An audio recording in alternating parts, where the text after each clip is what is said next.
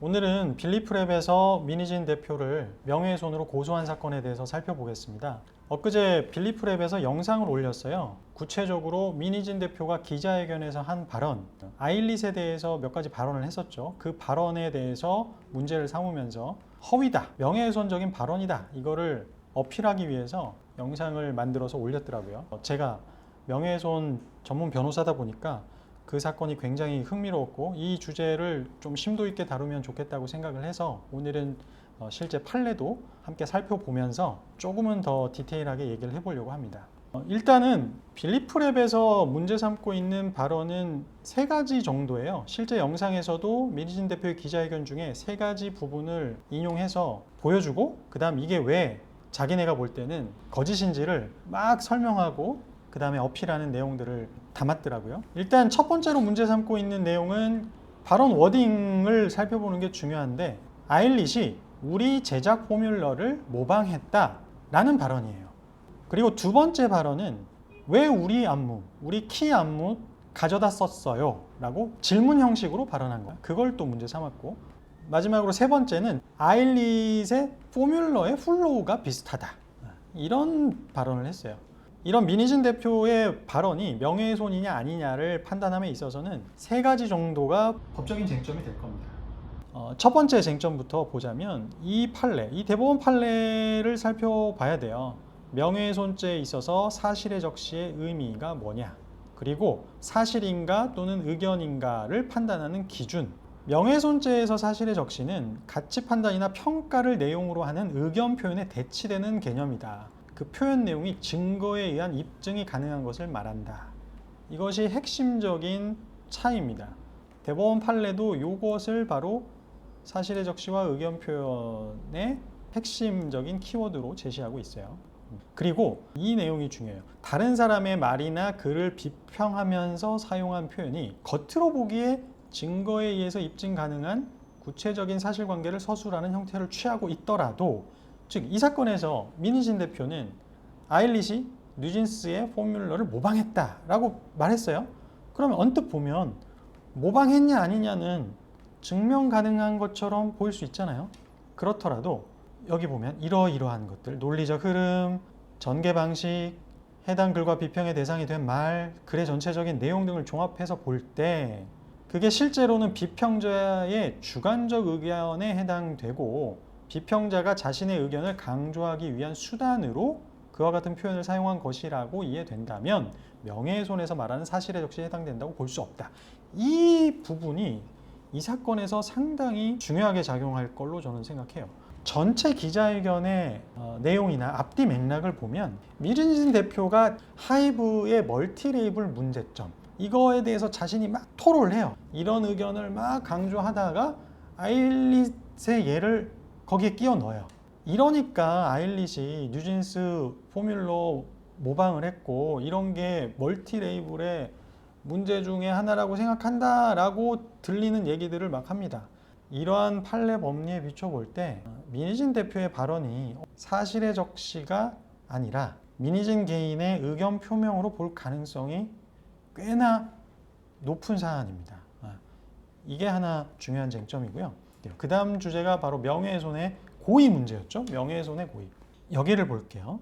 명예훼손죄가 성립하려면 주관적 요소로서 타인의 명예를 훼손한다는 고의를 가지고 사람의 사회적 평가를 저하시키는데 충분한 구체적 사실을 적시하는 행위를 할 것이 요구된다. 여기서 중요한 게 주관적 요소로서 타인의 명예를 훼손한다는 고의가 있어야 돼요. 이게 실제 사안에서는 어떻게 적용되냐 하면요, 쉽게 말해서 남의 험담을 한다거나 다른 사람 가치를 떨어뜨릴 만한 발언을 한 거죠. 이 사건에서 민희진 대표는 분명히 아일릿이 뉴진스의 포뮬러를 모방했다, 이런 발언을 했단 말이에요. 그러면 아일릿의 평가가 떨어질 수 있는 가능성이 있잖아요. 이 점을 부인하지는 못할 거예요. 이 발언으로 인해서 사실은 논란이 많이 됐고, 아일릿이라는 그룹의 평가가 이거 짭진스 아니냐, 이런 악플들도 달리고 이런 데 영향을 미친단 말이에요. 그런데 중요한 게 어떤 질문을 받고 그 질문에 대해서 답변을 하는 과정에서 타인의 명예를 훼손하는 듯한 사실을 발설하게 된 것이라면 그 발설 내용과 경위 동기 및 상황 등에 비추어서 명예훼손의 고의를 인정하기 어려울 수 있다라고 판례는 보고 있어요. 이 사건에서 민희진 대표는 이 기자회견을 하면서 아일릿에 대한 험담을 하려고, 아일릿에 대한 비판을 하려고 이 기자회견을 연 거는 아니에요. 왜냐하면 기자회견이 전체 내용이 한 2시간이 넘는데 대부분은 사실 하이브에 대한 비판, 뭐 자신에 대한 심경, 자신이 왜 이런 행동을 했는지에 대한 해명, 이런 것들이 주를 이룹니다. 기자회견 마지막 쯤에 기자들과 질문하고 답변하는 시간을 가졌어요.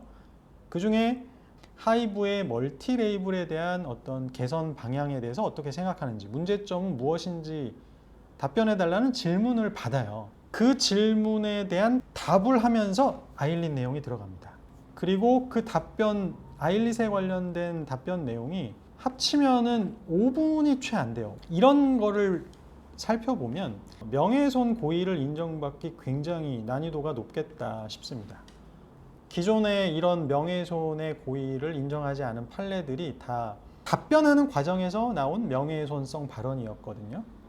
물론 그대로 사실관계가 100% 일치하는 사건은 없어요. 그런데 제가 봤을 때 이 사건에 적용을 한번 해보면 사실 아일릿에 대한 비판 얘기는 비중이 굉장히 작습니다. 그리고 그 아일릿 발언이 나온 부분의 주된 내용은 멀티 레이블에 대한 비판이긴 해요. 하이브 멀티 레이블의 문제점, 개선 방향, 이런 얘기 하다가 아일릿 얘기가 껴들어간단 말이에요.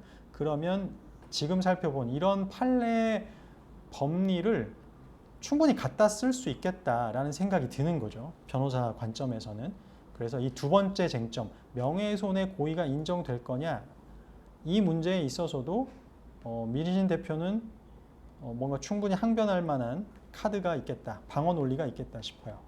그리고 세 번째 쟁점이 바로 위법성 조각 사유죠. 형법 310조인데요. 형법 310조는 명예훼손의 행위가, 여기는 허위사실적시 명예훼손은 아니에요. 사실적시 명예훼손에 있어서 진실한 사실로서 오로지 공공의 이익에 관한 때에는 처벌하지 아니한다. 즉 진실한 사실을 공공의 이익을 위해서 발언하면 그 발언이 설령 타인의 명예를 훼손하는 내용이더라도 처벌하지 않는다, 그거예요. 그런데 중요한 건 이겁니다.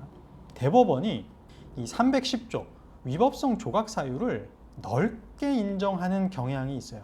그래서 언뜻 이 법조문만 보면 완전 진실한 사실을 오로지 공공의 이익을 위해서 말할 때만 처벌하지 않는 것처럼 보이는데 실제는 그렇지 않다는 거예요. 진실한 사실을 증명 못하더라도 행위자가 그것을 진실이라고 믿을 만한 상당한 이유가 있어도 이게 적용이 된다, 이겁니다. 이 법리가 이 사건에서도 중요하게 작용할 수 있어요. 민희진 대표가 사실 아일릿이 뉴진스의 포뮬러를 모방했는지 안 했는지 진실을 가릴 수 있을까요? 저는 그게 어렵다고 봅니다.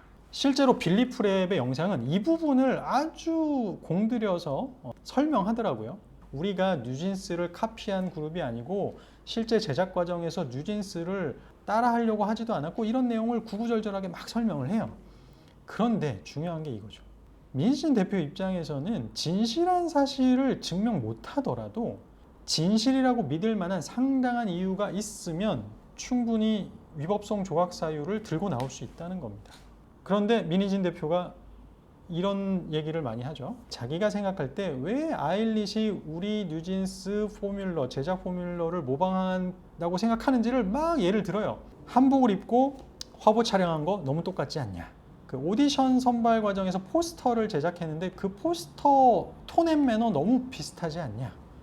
그리고 안무, 키 안무 너무 비슷한 거 있지 않냐. 이런 예를 들면서 나는 그러니까 모방했다라고 생각할 수밖에 없었어, 이렇게 항변을 한단 말이에요. 그런데 그게 바로 이 내용이죠. 실제 아일릿이 뉴진스를 카피한 건지 제작 포뮬러를 모방한 건지 나는 그것까지는 증명 못하지만 그래도 나는 이렇게 믿을 만한 나름의 근거 있는 거 아니냐라고 할 수 있는 거예요. 그래서 위법성 조각 사유 관련해서도 충분히 민희진 대표가 이 판례 법리를 근거로 해서 무죄 항변을 할 수 있겠다 싶습니다. 정리를 해보겠습니다. 빌리 프랩이 민희진 대표 기자회견 발언을 명예훼손이라고 고소를 했는데요.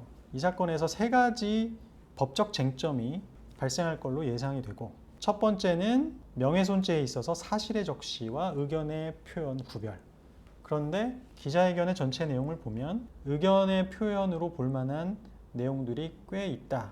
두 번째, 명예훼손의 고의가 인정되는지에 대해서는 멀티레이블의 문제점에 대해서 어떻게 생각하느냐라는 질문에 대한 답변을 하는 과정에서 해당 발언이 나왔기 때문에 명예훼손의 고의를 인정받기가 쉽지가 않다. 마지막으로 세 번째, 진실한 사실임을 꼭 증명하지 못하더라도 민희진 대표가 진실한 것이라고 믿을 만한 상당한 이유를 제시하면 위법성 조학 사유가 적용될 여지도 꽤 있다. 이렇게 세 가지 쟁점에 대해서 적용될 수 있는 판례 법리들을 쭉 살펴보면 이 사건에서 민희진 대표에게 명예훼손죄가 인정되기가 상당히 어렵다는 생각이 들어요. 지금 빌리프랩은 민희진 대표와 일종의 전쟁을 하는 거죠. 법적인 전쟁이 시작된 겁니다. 그런데 이 전쟁에서 민희진 대표는 굉장히 시작점 자체가 유리합니다. 세 가지 성벽을 높게 쳐놓고 지금 기다리고 있는 거예요. 굉장히 막강한 전력을 구축하고 있는 하이브라도 이렇게 높은 성벽을 세 개나 뛰어넘어야 전쟁에서 승리할 수 있단 말이에요. 그래서 앞으로 수사 과정은 지켜봐야 되겠지만 저 개인적으로는 이 민희진 대표의 기자회견 발언이 명예훼손으로 인정되기는 어렵다라고 생각합니다. 오늘은 여기까지 하겠습니다.